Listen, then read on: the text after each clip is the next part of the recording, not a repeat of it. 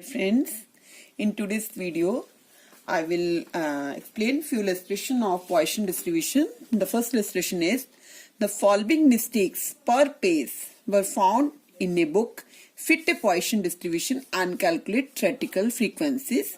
Mistakes per page are given 0, 1, 2, 3, 4. Number of pages are given 211, 90, 19, 5 and 0.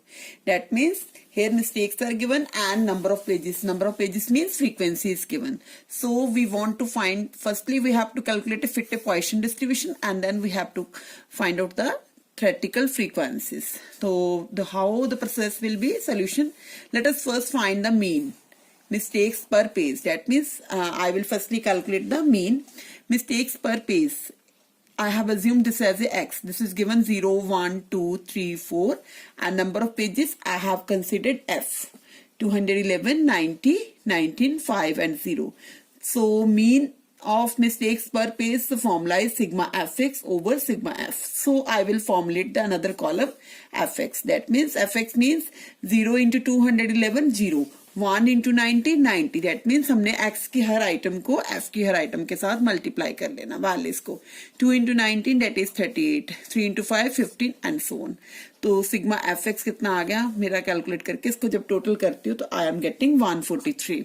So m means mean here. In the case of Poisson distribution, m is denoted as a mean. Sigma fx over sigma f. Sigma fx is 143 and sigma f is I am just adding these values, so I am getting 325. So जब इनको I have divided, जब मैंने इसको divide करा तो I got 0.44. This is the mean. This is the value of m.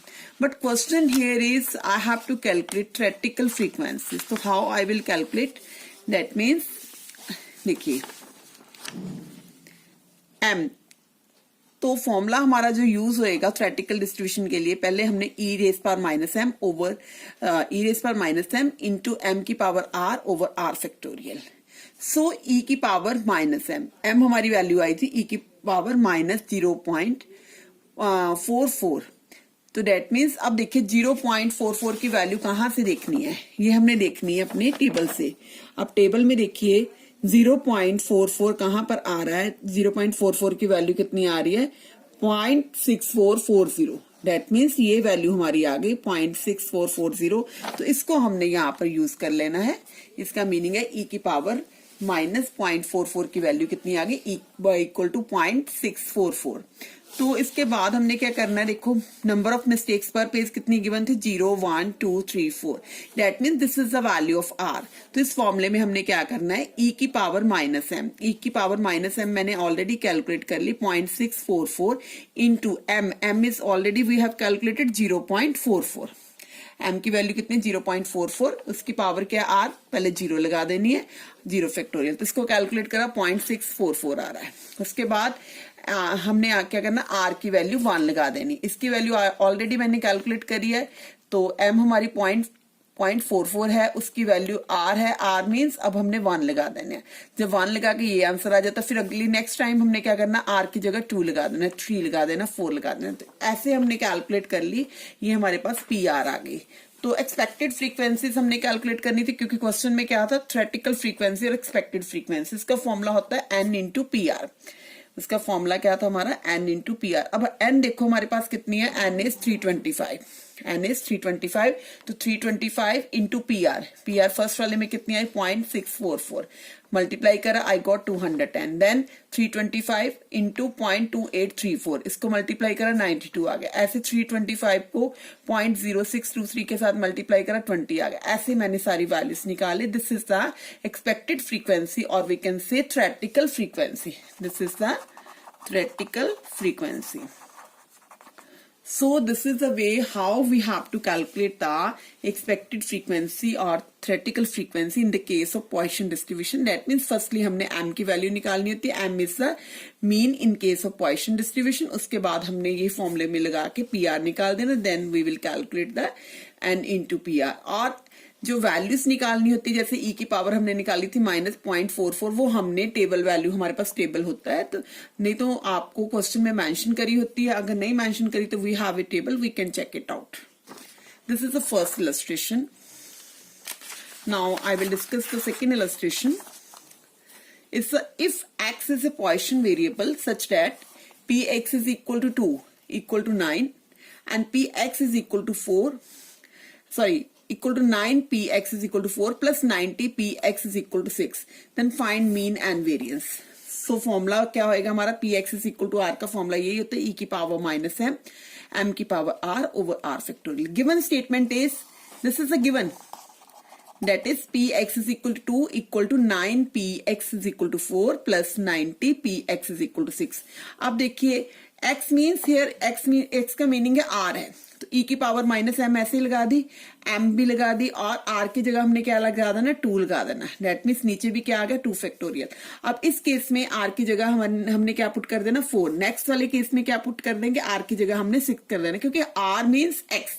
तो 9 का 9 into ई की पावर माइनस m की पावर 4 इसी फॉर्मूले में ओवर 4 फैक्टोरियल प्लस 90 का 90 ई की पावर माइनस m की पावर 6, क्योंकि x कितनी है, 6. x मीन्स r इस 6 ओवर 6 फैक्टोरियल.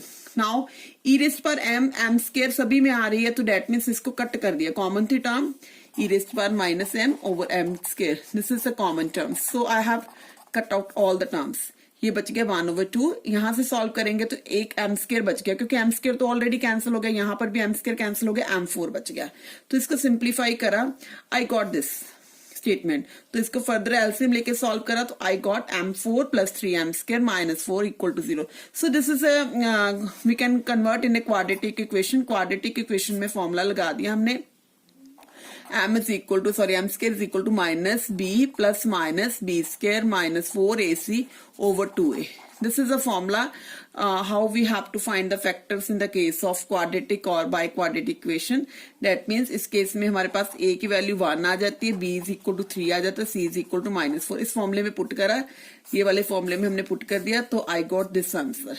तो इसकी वैल्यू एक 1 आ जाती और माइनस 4 आ जाती, क्योंकि इस तरफ क्या m स्केयर है.